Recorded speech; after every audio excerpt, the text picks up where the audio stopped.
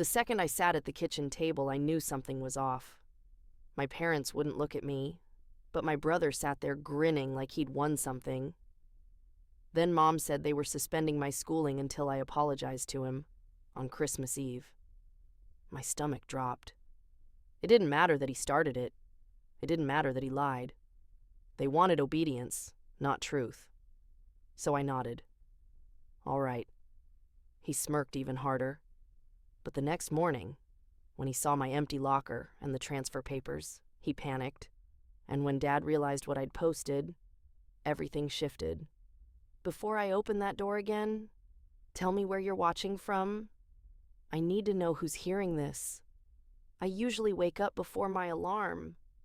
Not because I'm rested, just because I'm used to it. The house is quiet except for the heater clicking on and off. I pull on a sweatshirt and head downstairs, trying not to make the stairs creak. If Ethan hears me, he'll yell that I'm stomping around for no reason. The kitchen is cold. I flip on the light, grab the frying pan that wobbles a little at the handle, and start breakfast. He likes scrambled eggs, light and fluffy, which means I whisk them longer than I'd ever do for myself. I make toast too, because if I don't, he'll complain that I didn't finish the job. While the eggs cook, I open my competition notes on my phone, scrolling through the study sections I planned for later. I keep the brightness low. Even the screen feels loud this early. Mom walks in while tightening her robe. She doesn't say good morning. She just glances at the pan and nods like she expected it. Make extra, she says, opening the fridge. Your brother had a long night studying. I bite down on the inside of my cheek. He was on his computer yelling at his friends on a game call until after midnight. But correcting her would just make everything drag out, so I crack another egg. After I finish, I go back upstairs to get ready. I move around my room quietly, phone charger into my backpack, hair tied back, jacket zipped halfway. My room is the only place in the house where nothing is demanded from me. It's small, but it stays clean because I keep it that way. Predictable. Safe. Ethan's door is half open when I walk past. He's sprawled on his bed, scrolling. The eggs are untouched on the plate I left for him. Hey, he says, without looking up. You printed those notes for the competition yet? I don't need them printed, I say. I use the digital. You should print them, he cuts in. It's easier to memorize. He doesn't care how I study. He just likes feeling involved. I nod like I'm considering it and head downstairs before he finds something else to comment on. School is a relief, even with the pressure. At least it's a place where people don't question every move I make. I sit in the library before first period and lay out my notebook. My hands still smell, faintly like the frying pan. I scrubbed them, but the scent lingers. The academic competition is 3 weeks away. One shot.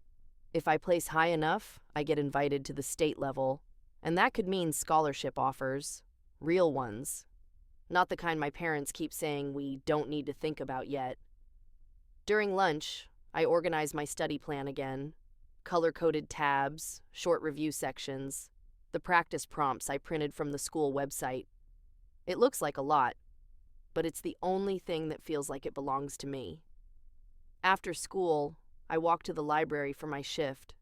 It's warm inside, and the quiet hits me immediately. Actual quiet, not the tense version at home. I shelve returns, sort carts, and check out books to the regulars. Most people don't notice me much, which I don't mind. I like the routine. My hands move without thinking. When I get home, Dad is already at the table with his laptop open. He barely looks up. You're late. I stayed a few minutes to finish shelving. He waves a hand, already annoyed. Just don't make things harder for Ethan tonight. He has a big test tomorrow. I nod, even though I know he doesn't hear the answer. I go to my room, set my backpack down, and pull out my notes. They're neatly stacked, and for a moment, I feel steady again. I flip open the top page and start reviewing a section on rhetorical structure. That's when Ethan barges in without knocking. "Mom said you're hogging the printer," he says. "I'm not using it." He steps closer, eyes scanning my desk. "What's that then?" Before I can move, he grabs my stack of notes. "Ethan, don't..." He lifts his juice bottle, still open, and knocks it over. The liquid spreads fast, soaking the top pages. He laughs under his breath. "Relax," he says. "It's not a big deal." My fingers curl around the edge of my chair. I can feel my pulse in my jaw. Mom appears at the doorway a few seconds later. "What's going on?" "She's freaking out," Ethan says, shrugging. "It was an accident." "It wasn't," I start. Mom sighs, already tired of hearing me. "Honey, you can reprint those. Don't overreact." Ethan shoots me a small smirk while she turns away. I clean the mess in silence after they leave, peeling the wet pages apart one by one. The ink has bled through in places. Some sections are unreadable. I set them on the floor to dry, but they curl at the edges, warped. I sit there a long time, more tired than angry. He keeps getting bolder because nothing ever happens when he pushes. And I keep shrinking because pushing back only makes things worse.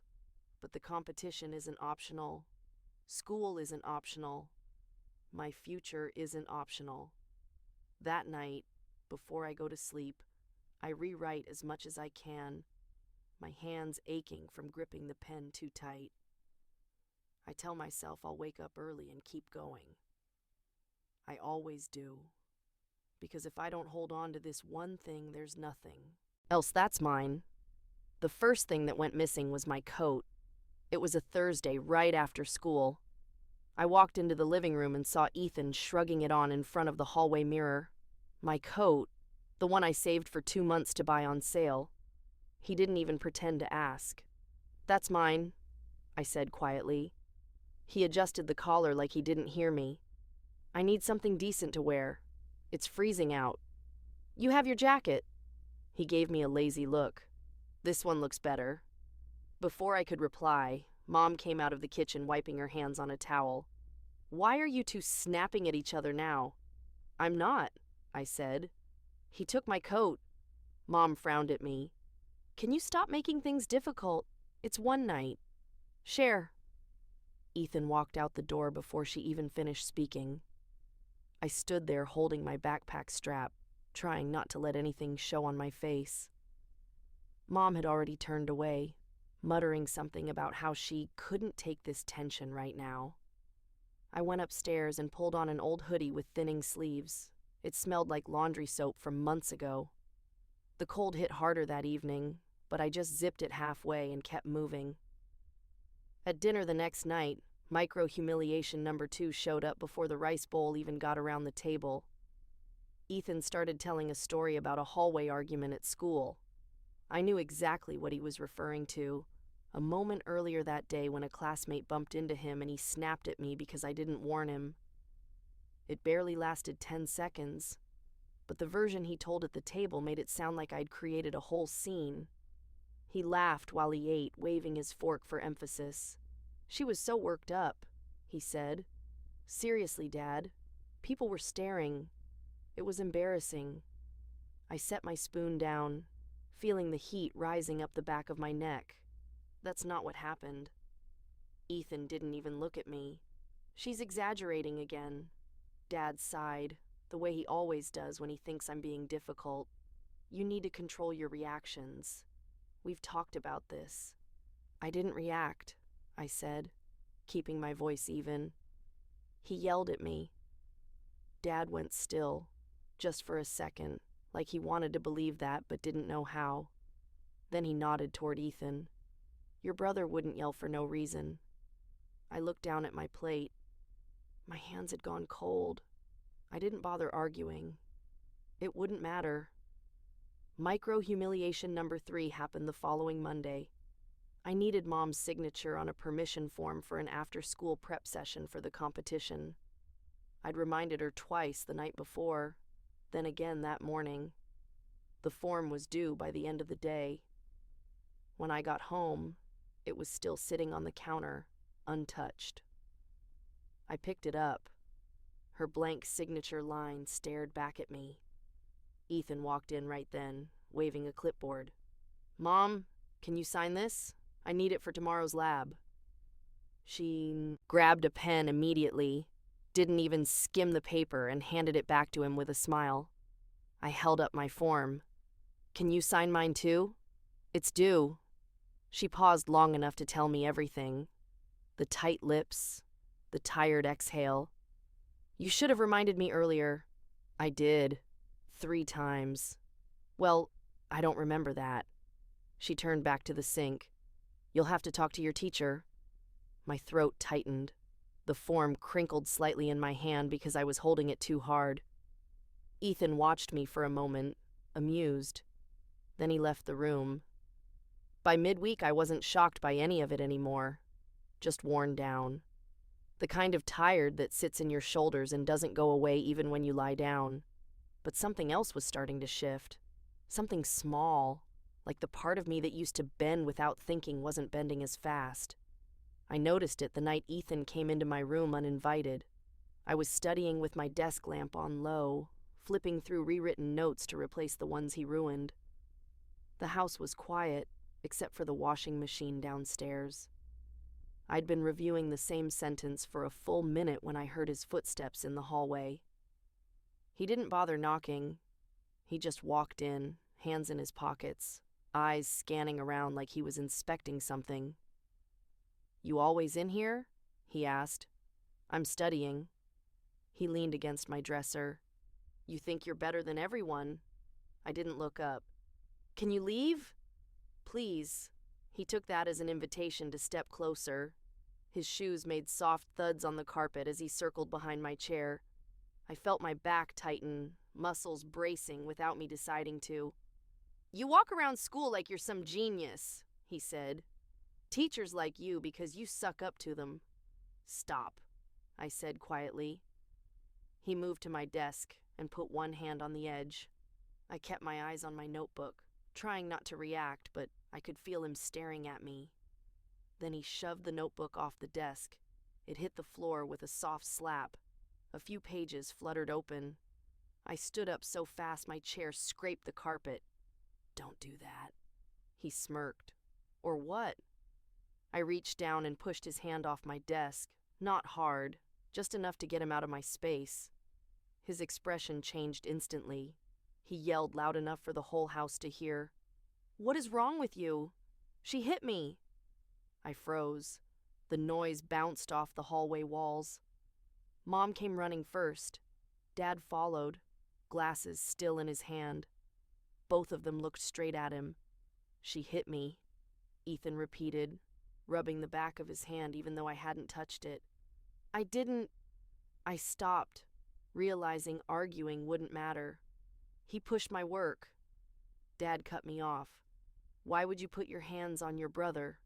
I tightened my jaw. "I didn't. He came into my room and—" Mom held up her hand. "Enough. We're not doing this tonight. You need to control yourself." Ethan kept his head down, pretending to be upset. He knew he'd already won. I picked up my notebook from the floor. My fingers were slightly shaking, but I didn't let them see that. 2 days later, Christmas Eve, everything finally broke. They called me downstairs after lunch. The kitchen smelled like cinnamon, because Mom had baked something earlier. But the air felt stiff. Dad stood with his arms crossed. Mom leaned against the counter. Ethan sat at the table, tapping his foot like this was a meeting he was bored to attend. Dad cleared his throat. "We've discussed what happened." My stomach tightened. "And until you apologize to your brother for the altercation," he continued, "you're suspended from school." I stared at him. The room felt smaller than it usually did. Mom added, "We can't have this behavior continue. You need time to think." I looked at Ethan. He wasn't even pretending to hide it. There was a small smirk tugging at the corner of his mouth. My hands went cold under the table. I curled them into fists in my lap to stop the shaking. School was the only thing that made sense in my life, and they were cutting me off from it like it was a privilege I hadn't earned. I realized, in a slow, heavy way, that my future depended on people who had no interest in protecting it. A different kind of clarity settled in. Quiet, steady. "All right," I said. Ethan's smirk widened, like he'd gotten exactly what he wanted. But I wasn't agreeing the way he thought I was. And for the first time, the fear I usually felt around them wasn't there. Just a calm certainty I couldn't explain yet.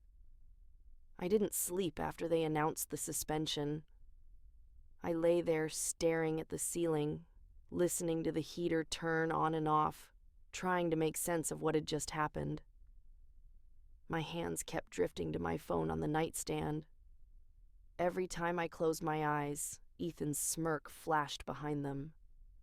Around midnight, I gave up on trying to rest. I pulled my blanket around my shoulders and opened my laptop, careful not to let the hinge click too loudly. The screen lit up my room in a cold glow. If I was suspended, there should have been something in the school portal. A notification, a message, something. I logged in and waited for the dashboard to load. My heart thudded harder when I saw the page. Nothing. No alerts, no disciplinary notes, no email from administration. My stomach twisted. I refreshed the page 3 times just to be sure. Still nothing. I clicked over to the message center. There were unread emails from teachers about assignments and the competition prep group, but nothing about a suspension. My fingers hovered over the trackpad, unsure of what I was even looking for. Then I noticed a tab labeled Communications Log. I'd never checked it before. I opened it, and my heartbeat moved to my throat. There was a flagged thread between my dad and the vice principal. The subject line read, "Urgent, regarding my daughter's behavior."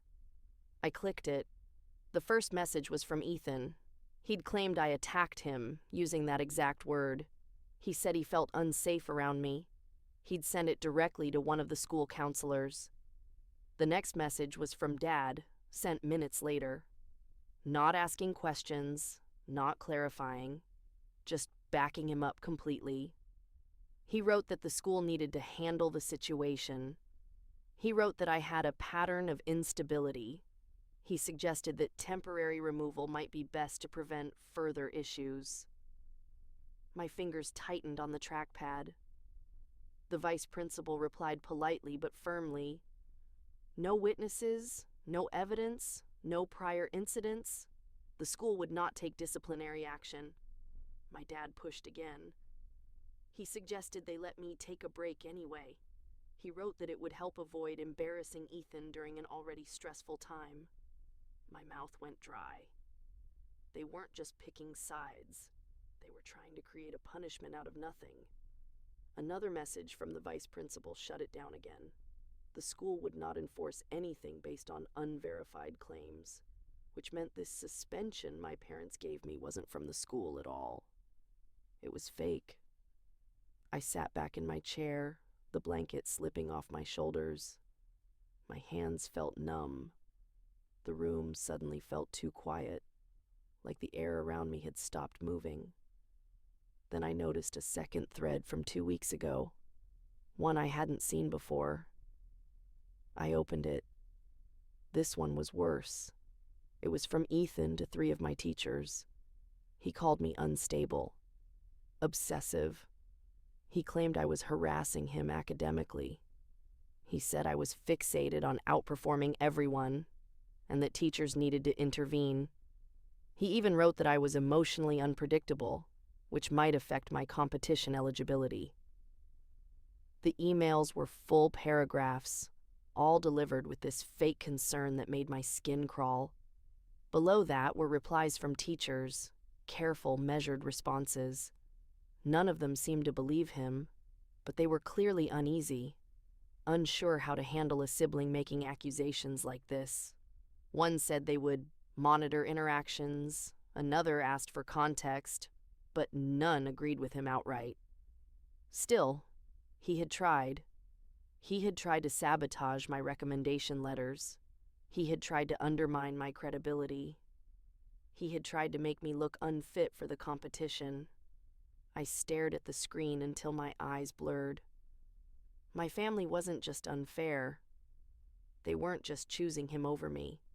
They were actively working against my future. I didn't cry. There wasn't enough space inside me for that. Just a heavy, steady quiet that made it hard to swallow. I opened the print dialogue and selected the entire thread. The old printer in the hallway hummed a life. I stepped out, listening for movement from Ethan's room. His door stayed closed. Page after page slid into the tray. I stacked them quickly, pressing them flat with the side of my hand. Then I went back into my room and grabbed my backpack. I emptied every drawer: textbooks, pens, folders, the spare calculator I kept for practice tests. The zippers dug into my palms as I filled the bag, but I didn't stop. Tomorrow, I would go to school.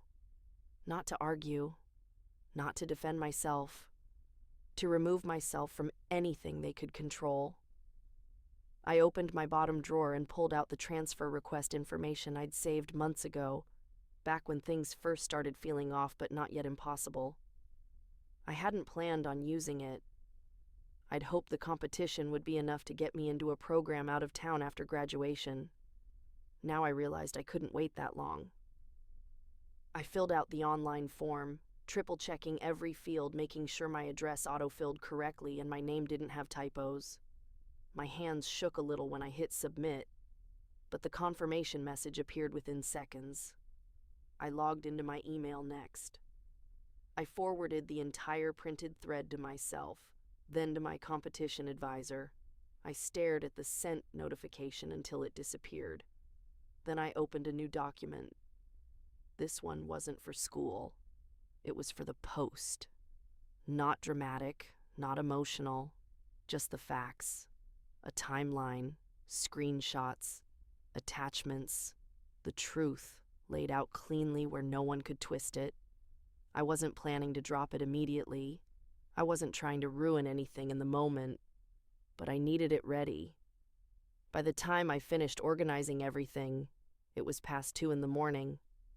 My eyes burned, and my back ached from leaning over the keyboard for so long. I turned off my laptop and sat there in the dim quiet of my room, the stack of printed emails next to my elbow. The heater clicked again, and somewhere deep inside, a line had been crossed so clearly there was no going back. I wasn't scared anymore. I was done letting them decide who I was allowed to be. The house was colder than usual the morning after Christmas. I could smell butter heating in a pan downstairs and the faint sound of a spatula tapping against it. My parents were already up. Ethan, too. I heard the dull clicking of his phone through the floorboards. I zipped my backpack slowly. The zipper caught for a second, and I paused, breathing through the small shake in my fingers until it eased. The printed emails were inside, folded neatly. My transfer confirmation email was saved on my phone. Everything was ready. I slipped on my shoes and walked toward the stairs. Each step felt loud, even though I was careful. When I reached the kitchen doorway, I stopped for a second to take it in. Mom moving eggs around in the pan, Dad cutting a grapefruit, Ethan hunched over his phone at the table, scrolling with his thumb. It could have been any other morning. That was the strange part. I stepped inside. Mom glanced up. "You're awake early." Her voice was flat, like everything was normal. Dad didn't look away from the cutting board. Ethan flicked his eyes toward me, then back down, until he noticed the backpack on my shoulder and the papers in my hand. His expression changed. First confused, then wary. "What are you doing?" he asked. I set the papers down on the table. "I'm transferring." The sound of the spatula stopped mid-scrape. Mom turned around, eyebrows raised. Dad looked up sharply. For a moment, nobody said anything. Then everything came at once. Mom shook her head, almost laughing. "You're being dramatic." Dad's voice rose. "We haven't approved anything." Ethan stood up, pushing his chair back so hard it scraped the tile. "You can't do that. You didn't—" His words stumbled. "You didn't post anything, right?" He looked pale now. His phone dangled uselessly from his hand. Dad snapped toward him. "Posted what?" I didn't answer. Instead, I reached into my pocket, pulled out my phone, and placed it gently on the table, right next to the stack of printed emails. My thumb hovered over the screen for a second before I tapped the video. "Watch." The recording started to play. My voice whispered in the background of the screen capture as I narrated what I was clicking. My communications log, the email threads, the timestamps, the messages. Ethan swallowed hard. Mom stepped closer, leaning in to see. Dad's eyes narrowed as he focused on the screen, his jaw tightening with each new line of text. The audio was clear. Ethan claiming he felt unsafe around me. Dad insisting the school handle me. Dad urging them to let me take a break anyway. The administration refusing twice.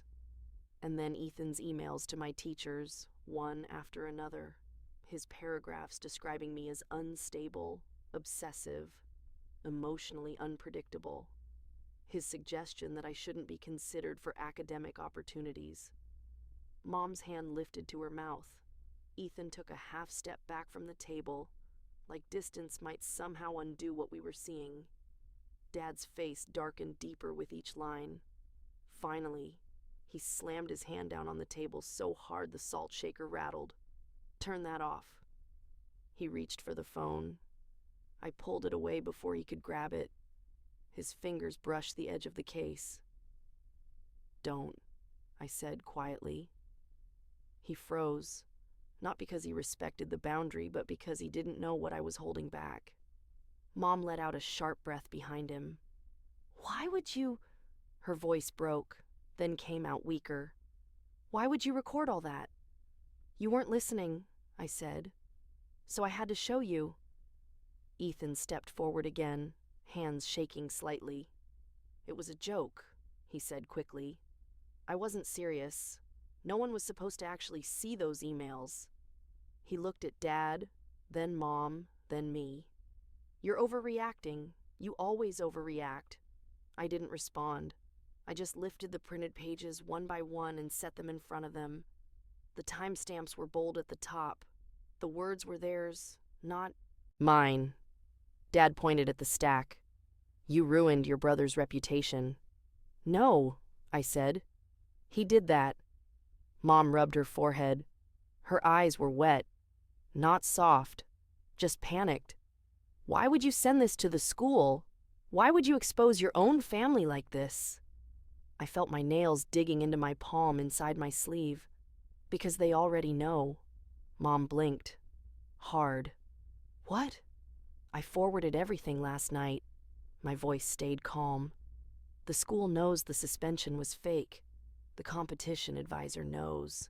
The transfer counselor called me this morning." Dad turned toward me so fast the chair behind him shifted. "You what?" I didn't flinch. "They know." Ethan made a sound. Half gasp, half choke. He grabbed at his hair, pacing slightly before turning back to me.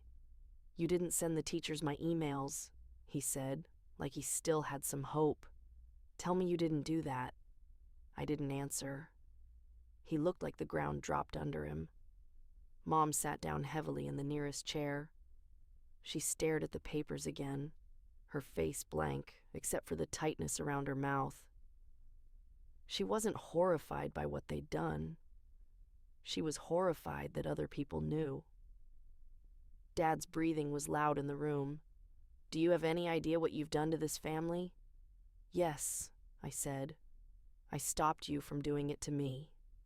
That was the first moment the room truly went silent. I picked up my backpack. The strap felt rough against my fingers. I tightened my grip. Dad's face reddened again. If you walk out, don't expect to come back. I paused at the doorway and looked over my shoulder. I wasn't expecting anything from you anymore. Mom wiped her face with the heel of her hand. Just think about this. We can fix it. You don't have to leave. I already transferred, I said. You can't undo it. Ethan slumped into the chair he'd pushed back earlier. He put his hands over his face, rubbing hard. This is so messed up, he muttered. You're ruining everything. But I didn't feel triumphant. There was no rush of victory, just a quiet certainty in my chest, steady and simple. I'm choosing a life where I'm not punished for existing. I didn't say it again. I didn't need to. I walked out of the kitchen. The floor was cool under my shoes, and the hallway light flickered once above me. I grabbed my jacket from the hook, my jacket, not the one he'd taken, and slung my backpack higher on my shoulder. Behind me, I heard Dad start to speak, but Mom cut him off in a whisper, too low for me to make out. Ethan said nothing. I opened the front door. The morning air hit me, sharp and real. I stepped outside and closed it behind me. My aunt's house was smaller than my parents', but it felt bigger the moment I stepped inside. She opened the door before I even knocked twice. Her hair was still damp from a shower, and she had one slipper on, the other in her hand. "Come, in," she said, no hesitation at all. She took my backpack from my shoulder before I could argue. "You're staying as long as you need." The warmth in her voice made my throat tighten.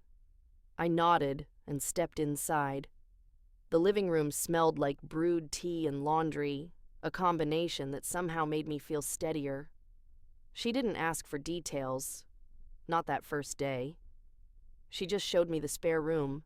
The bedspread was plain gray, the kind that comes in a set, but it felt soft when I smoothed it with my hand.